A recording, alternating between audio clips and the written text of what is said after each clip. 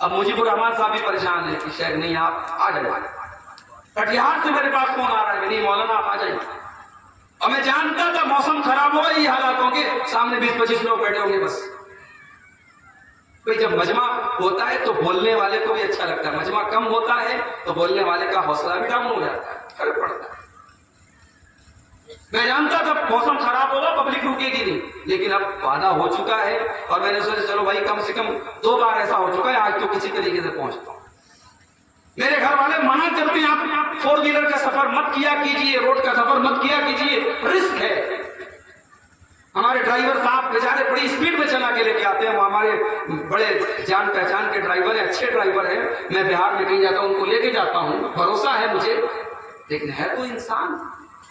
گاڑی چل رہی ہے 100 کی اسپیڈ میں, 150 کی اسپیڈ میں, سامنے سے کچھ بھی آ سکتا ہے, بلی آ گئی, کتا آ گیا, پھر گاڑی کنٹرول کرنا مشکل ہے, تو کیا ہوگا بھائی.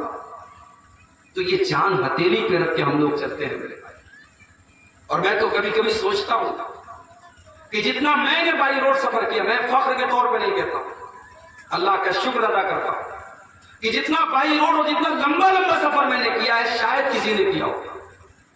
اور صرف سفر کرنا نہیں ہوتا, ایسا بھی ہوا ہے بنارس سے 600 کلومیٹر دور دھنباد میں میرا پروگرام تھا, ابھی 1 مہینہ ہو رہا ہے, اور اتفاق سے وہ پروگرام بیچ کے دن میں تھا. ہمارے مجیب الرحمان بھائی نے جب ہمارے آج کی یہ پروگرام کی ڈیٹ لی, میں نے کہا کہ دیکھیے میں جمعرات کے علاوہ کوئی اور دن ٹائم نہیں دے سکتا, جمعرات کے علاوہ کوئی اور دن ٹائم آپ مجھ سے لیں گے, مجھے چھٹی لینا پڑے گا, میں ٹیچر آدمی ہوں, چھٹی میرے پاس نہیں ہوتی. جمعرات کے دن آپ لیں گے, میں کوشش کروں گا آنے کی, اگلا دن جمعہ رہے گا, مسئلہ نہیں رہے گا میرے. دھنباد میں پروگرام تھا, بدھ کا دن تھا. بنارس سے کار لے کے 600 کلومیٹر جانا, رات میں پہنچنا, پروگرام کرنا, پھر واپس آنا بنارس. بدن کا انجر پنجر ڈھیلا ہو جاتا ہے میرے بھائی, ہاتھ پیر کام کرنے بند کر دیتے ہیں. اور رزق الگ ہوتا ہے کہ بھاگنا ہے, آنا ہے, جانا ہے, مگر ہمیں اللہ کی ذات پر بھروسہ ہوتا ہے. ہم اچھے کام کے لیے جا رہے ہیں, ہم کسی برے کام کے لیے, کسی غلط کام کے لیے نہیں جا رہے, اللہ کے دین کی باتوں کو پہنچانے جا رہے ہیں, قرآن و حدیث کی باتوں کو پہنچانے جا رہے ہیں. سینکڑوں اور ہزاروں لوگوں میں کسی ایک انسان نے عمل کر لیا تو شاید یہی اللہ تعالیٰ ہماری نجات کا اور ہماری حفاظت کا ذریعہ بنا دے.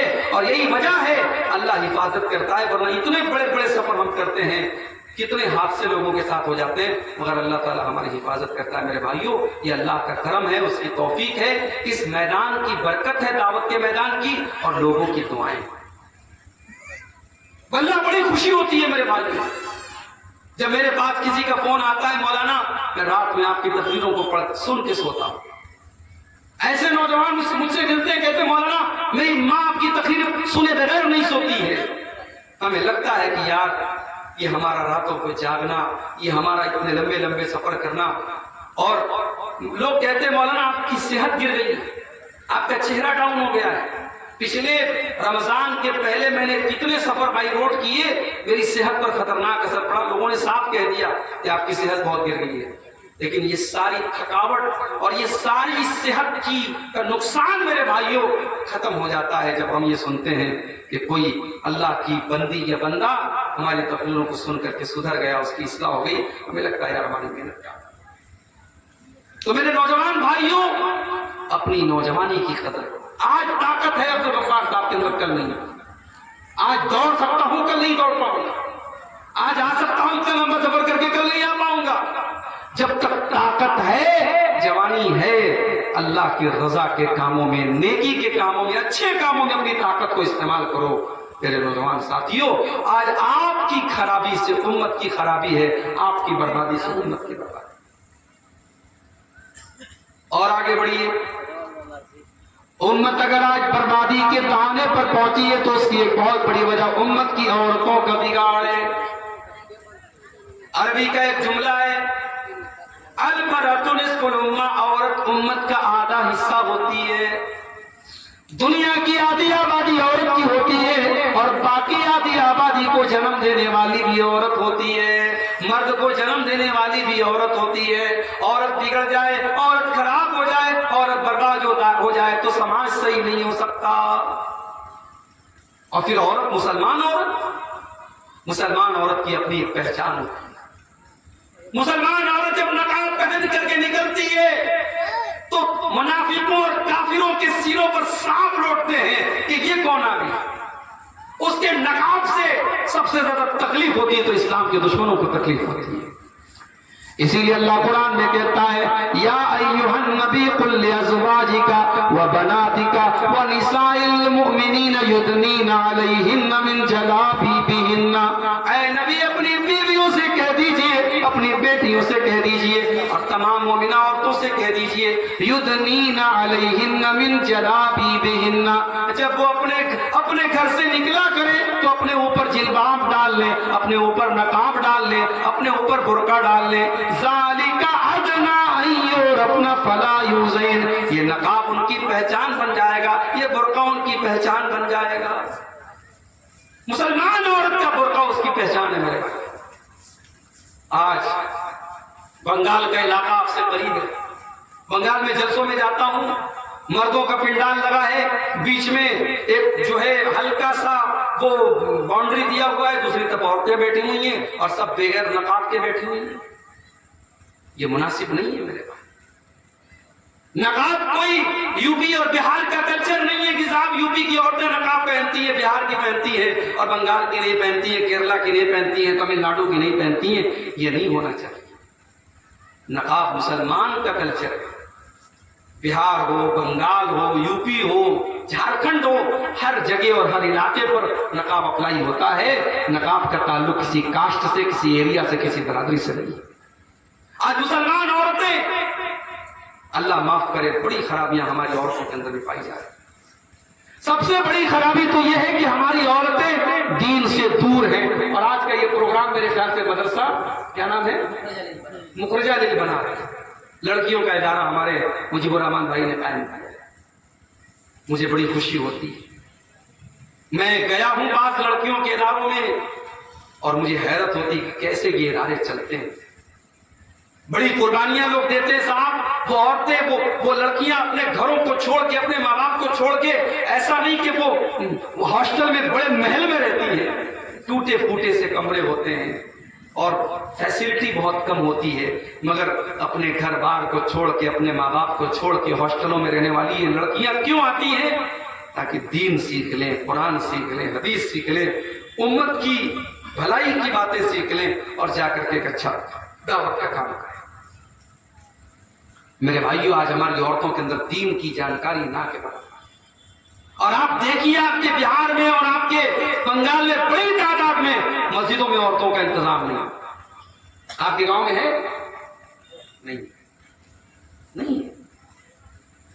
ایسا نہیں کہ گاؤں میں پیسہ نہیں لوگوں کے پاس, مسجد بنا سکتے ہیں تو کیا عورتوں کو نہیں بنا سکتے؟ حساب کتاب بالکل بنا سکتے. جھارکھنڈ میں ایک جگہ پڑتی ہے لال بٹیا, وہاں پہ بہت شاندار مسجد تھی.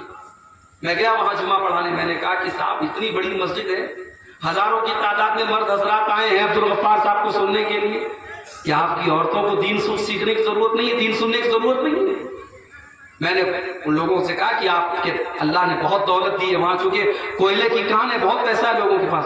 میں نے کہا آپ اگر کوشش کیجیے, آگے بڑھیے, آپ ایک دن میں اگر محنت کریں گے عورت کا انتظام کر سکتے ہیں مسجد. اگلی بار 1 سال کے بعد جب میں گیا اس مسجد میں, دیکھا شاندار عورتوں کا بھی پورا پورشن بنا دیا ہے اور عورتیں بھی بڑی تعداد میں جمعہ کی نماز میں آ رہی ہیں.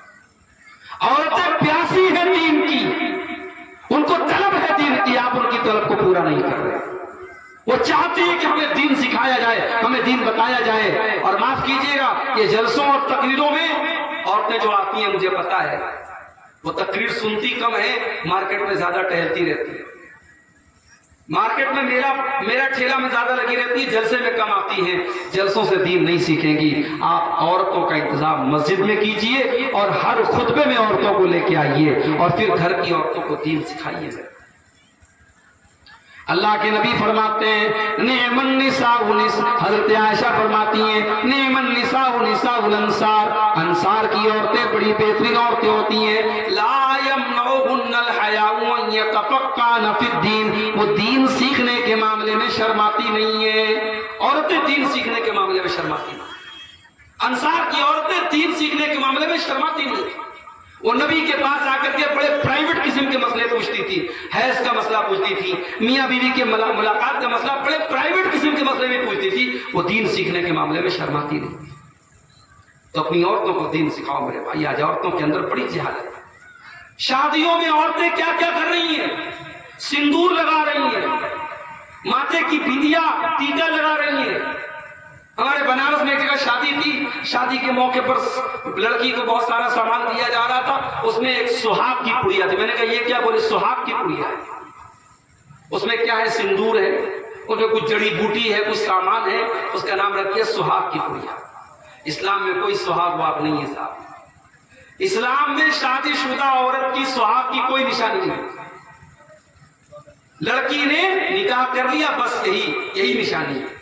اس کے گلے میں منگل سوتر کا ہونا، اس کے بال میں جو ہے وہ سندور کا ہونا، اس کے ماتھے پر بندیا کا ہونا، یہ سب جہالت ہے، یہ سب غیر اسلامی کلچر ہے. اسلام کا اس سے کوئی تعلق نہیں.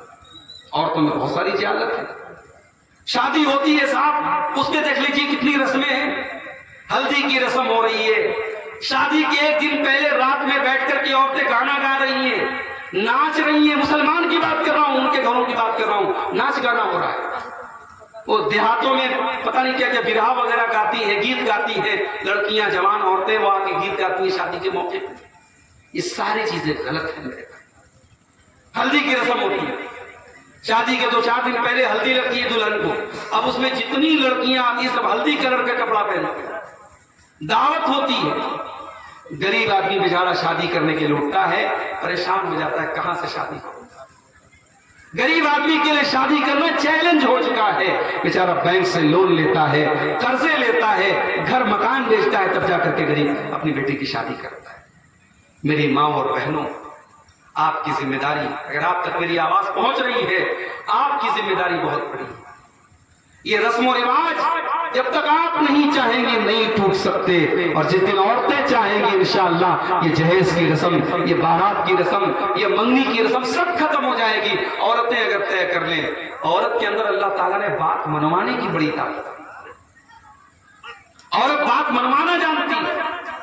بھائی فرعون اتنا بڑا ظالم تھا، کسی کی بات نہیں مانتا تھا، مگر فرعون اپنی بیوی کی بات مان گیا. جب موسیٰ علیہ السلام حضرت آسیہ کی گود میں پہنچے، فرعون کی بیوی کی گود میں پہنچے، تو فرعون کی بیوی نے کیا کہا؟ وقالت امرأة فرعون لا تقتلوه عسى ان ينفعنا او نتخذه ولدا. فرعون کی بیوی نے کہا کہ اے میرے سردار، اس بچے کو قتل نہ کیجئے، یہ بچہ کل ہمیں فائدہ پہنچائے گا، ہمارے کام آئے گا. تو فرعون کی بیوی، اور ظالم تھا فرعون، مگر فرعون کی جب بیوی بولی کہ اس کو قتل مت کیجئے تو فرعون مان گیا. اس نے کہا ٹھیک ہے تم کہتی ہو تو مان جاتا ہوں. اور فرعون نے اپنی بیوی کی بات مان. تو میرے بھائیوں، اپنے گھر کی عورتوں کو دیندار بناؤ تاکہ وہ اپنے شوہروں سے دین کی باتیں منوائیں. شوہر سگریٹ پی رہا ہے، بیوی ایسی ہو شوہر کی سگریٹ چھوڑوا دے. شوہر شراب پی رہا ہے، بیوی ایسی ہو شوہر کی شراب چھوڑوا دے. شوہر غلط کام میں لگا ہوا ہے، بیوی ایسی خوبصورت اور ایسی شوہر کی قدر کرنے والی اور خدمت کرنے والی ہو کہ بیوی کے رہتے ہوئے شوہر کو کسی اور کی نہ ضرورت پڑے نہ خیال آئے، بیوی ہو تو ایسی. اسی لیے اللہ کے نبی سے پوچھا گیا ای النساء خیر، اے اللہ کے نبی سب سے بہترین عورت کون سی ہوتی ہے؟ آپ نے فرمایا التی تسرہ اذا نظر، جب شوہر دیکھے تو خوش ہو جائے. بیوی ایسی ہو شوہر دیکھے تو خوش ہو جائے. آج یہ بڑا مسئلہ ہے ہمارے گھروں میں. شادی شدہ عورتیں ہوتی ہیں، جلسے میں جانا ہے میک اپ کر کے جائیں گے، پروگرام میں جانا ہے میک اپ کر کے جائیں گی، شادی میں جانا ہے سج سنور کے جائیں گی، کسی پروگرام میں جانا ہے بہترین کپڑے پہن کے جائیں گی. شوہر جب گھر میں آتا ہے تو وہی پھٹا پرانا کپڑا، وہی مسالے کی مہک، وہی تیل کی بدبو، وہی پسینے کی مہک. کیا کر رہی ہو تم؟ تمہاری زیب و زینت کا، تمہارے میک اپ کا، تمہارے اچھے کپڑے کا سب سے پہلا حقدار تو تمہارا شوہر ہے. اس کے لیے تم سجتی نہیں ہو، اس کے لیے سنورتی نہیں ہو، اور زمانے کے لیے تم میک اپ کرتی ہو. اللہ کے نبی فرماتے ہیں بہترین عورت وہ ہے التی تسرہ اذا نظر، جب شوہر دیکھے تو خوش ہو جائے. وَتُطِيعُهُ اذا امر، اور جب شوہر کوئی حکم دے تو بیوی اس کی بات مان لے. وَلَا تُخَالِفْ نفسہا ومالہ بما یکرہ، اور اپنی آبرو کی حفاظت کرے اور شوہر کے مال کی حفاظت کرے۔ تو عورتوں کا بگاڑ یہ امت کا بگاڑ بن رہا ہے میرے بھائی، اور ہمارے یو پی میں تو حالات بہت خراب ہیں۔ ابھی ہمارے دوست کہنے لگے کہ مولانا جب ہم سڑک پہ چلتے ہیں، روڈ پہ چلتے ہیں اور کوئی برقع والی لڑکی بائک پر نظر آتی ہے تو غور کرنا پڑتا ہے کہ بائک پر جو لڑکا بیٹھا ہے وہ مسلم ہے کہ غیر مسلم ہے۔ حالات یہ ایک بڑی تعداد میں مسلمان لڑکیاں آج غیر مسلم لڑکوں کے ساتھ نظر آتی ہیں بائک پر ٹہلتے ہیں۔ ابھی صرف بائک پر نظر آ رہی ہے، آگے کیا معاملات ہو رہے ہیں اللہ عالم، لیکن حالات اس اسٹیج پر پہنچ چکے ہیں۔ مسلمان کی لڑکی کالج میں جا رہی ہے، مسلمان کی لڑکی کوچنگ میں جا رہی ہے، مسلمان کی لڑکی ٹیوشن کرنے جا رہی ہے اور غیر مسلم لڑکوں کے ساتھ دوستی کر رہی ہے، گھوم رہی ہے، پھر رہی ہے، گل چھرے اڑا رہی ہے۔ اور پھر حالات یہ بھی آتے ہیں کہ صاحب ان کے ساتھ فرار ہو جاتی ہے اور اپنے ماں باپ کی ناک کٹوا کر کے اس کے مذہب میں داخل بھی ہو جاتی ہے، مرتد بھی ہو جاتی ہے۔ کتنے واقعات ہو چکے ہو رہے ہیں۔ ہمیں اپنی لڑکیوں کو، اپنے گھر کی عورتوں کو کم سے کم اس لائق تو بنائیں میرے بھائی کہ کوئی سوشل میڈیا پہ آ کے کوئی ان کو آئی لو یو اور محبت کے اقرار کر کے کوئی ان کو اپنے جال میں نہ پھنسا لے۔ کم سے کم اس لائق تو اپنی بچیوں کو بناؤ۔ ایمان اتنا حقیر ہے، ایمان اتنا سستا ہے، کسی نے محبت کے دو چار بول دیے، کسی نے آئی لو یو بول دیا، کسی نے محبت کے اقرار کر دیا، یہ لڈو ہو گئی، اپنا دین، اپنے جان، اپنی آبرو سب برباد کر ڈالی۔ نہیں میرے بھائی، نہیں میری ماں اور بہن، اپنے ایمان کی حفاظت، اپنے دین کی قدر کرو، اپنے ایمان اور توحید کی حفاظت کرو۔ ہم نے حضرت سمیہ کا واقعہ پڑھا ہے۔ سمیہ بوڑھی ہو چکی ہے، جوان بیٹا آنکھوں کے سامنے موجود ہے اور ابو جہل کہتا ہے سمیہ اگر تو نے محمد کا دین نہ چھوڑا، اسلام نہ چھوڑا، اے سمیہ تیرے جوان بیٹے کے سامنے تجھے ننگا کر دیں گے۔ ایک ماں اپنے جوان بیٹے کے سامنے ننگی ہو جائے، یہ کوئی معمولی بات تو نہیں ہے میرے بھائی، بڑی آزمائش کی بات ہے۔ سمیہ کا جوان بیٹا ان کی آنکھوں کے سامنے ہے اور ابو جہل کہتا اگر تو نے محمد کا دین نہیں چھوڑا ہم تجھے ننگا کر دیں گے۔ سمیہ نے یہ آزمائش بھی گوارا کر لی اور جوان بیٹے کے سامنے اس کے بدن کا کپڑا اتار دیا گیا اور ابو جہل نے برچھی مار کر کے ان کی شرمگاہ پر حملہ کر کے ان کو شہید کر ڈالا۔ سمیہ نے جان دے دی، سمیہ نے خون بہا دیا، سمیہ اللہ کو پیاری ہو گئی، سمیہ اللہ کی راہ میں شہید ہو گئی مگر اپنے ایمان اور توحید سے کوئی سمجھوتا نہ کیا۔ جنگ احد کے میدان میں ایک عورت آتی ہے، اس کا بیٹا شہید ہو چکا ہے، بیٹے کی لاش پڑی ہے، عورت جنگ کے میدان میں آتی ہے اور چہرہ ڈھانک کر کے آتی ہے۔ کسی نے کہا اماں تیرا بیٹا تو شہید ہو چکا ہے، اے اماں تیرا بیٹا تو شہید ہو چکا ہے اور تو چہرہ ڈھانک کر کے میدان میں آتی ہے، تجھے آج اس موقع پر بھی پردے کی پڑی ہے، اپنا چہرہ ڈھانپنے کی پڑی ہے۔ عورت کہتی ہے انی رضیت ابنی ولم ارضى حیائی، اور لوگوں میں نے بیٹے کو کھویا ہے، میں نے شرم و حیا کو نہیں کھویا ہے، میرا بیٹا گیا ہے، میری شرم و حیا نہیں گئی ہے، میرا پردہ نہیں گیا ہے۔ فلسطین کے حالات ہماری آنکھوں کے سامنے، وہاں کھانے کو کھانا نہیں ہے، پینے کو پانی نہیں ہے۔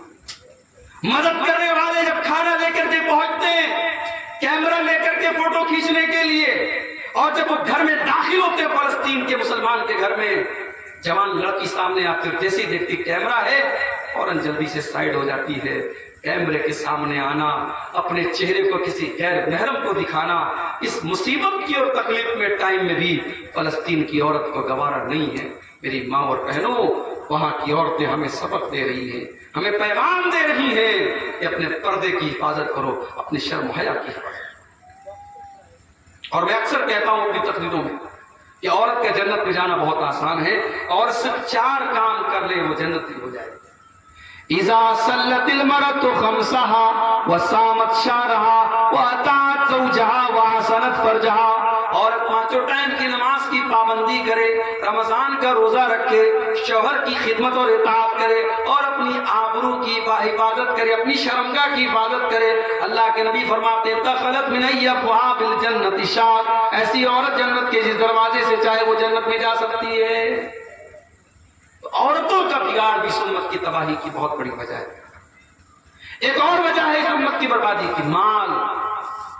لیکن لکل امت فتنہ وفتنۃ امتی المال، ہر امت کا فتنہ کوئی نہ کوئی فتنہ ہوتا ہے، اور میری امت کا فتنہ مال ہوگا۔